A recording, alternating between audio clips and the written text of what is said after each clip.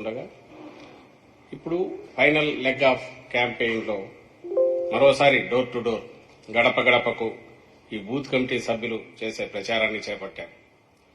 దీని పేరు జగన్ కోసం సిద్ధం.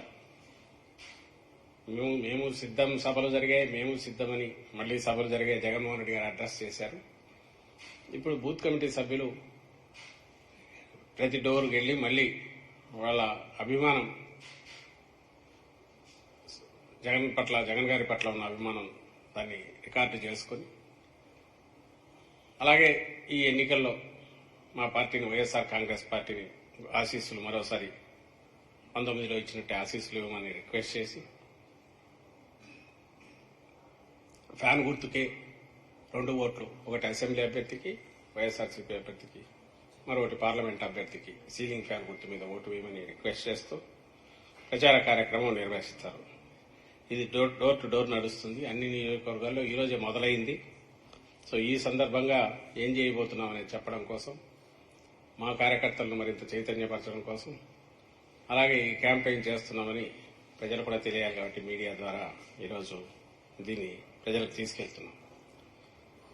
ఆల్రెడీ కార్యక్రమం మొదలైంది.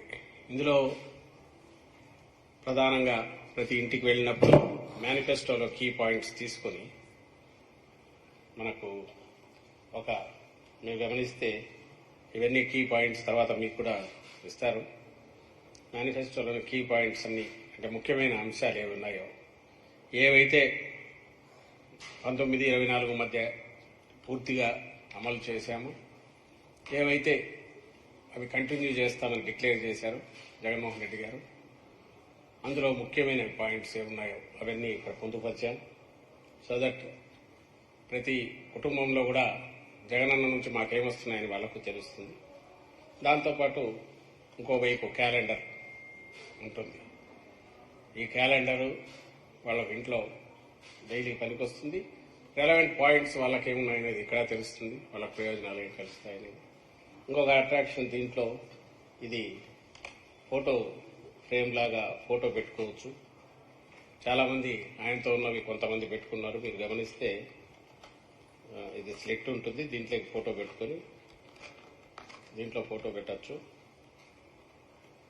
ఫోటో పెట్టుకుంటే అట్రాక్టివ్ ఇంట్లో ఉంటుంది. జగన్మోహన్ రెడ్డి గారి మీద తమ అభిమానం ఎట్లుంది అనేది చూపడానికి ఆల్రెడీ కొన్ని ఇలా చేసిన వాళ్ళు కూడా ఉన్నారు. సో ఇలా ఫోటో పెట్టుకోవడానికి అవకాశం ఉంటుంది. క్యాలెండర్ పర్పస్ సర్వ్ అవుతుంది. ప్లస్ మా ప్రభుత్వం మళ్ళీ రాగానే చేయబోయే కార్యక్రమాలు కూడా రికార్డెడ్గా వాళ్ళకు అందుబాటులో కూడా ఉంటాయి. అంటే ఒక రెస్పాన్సిబుల్ పొలిటికల్ పార్టీ ఏదో ఊరికి మేనిఫెస్టో అంటే పెట్టేసి మళ్ళీ గాల్లో అది కలిపేసి చంద్రబాబు నాయుడు గారు లాగా కాకుండా రికార్డెడ్గా, మీరు గమనిస్తే 19లో మేము వచ్చిన తర్వాత కూడా ప్రతి కార్యాలయంలో జగన్మోహన్ రెడ్డి గారు మేనిఫెస్టో పెట్టించారు. సెక్రటేరియట్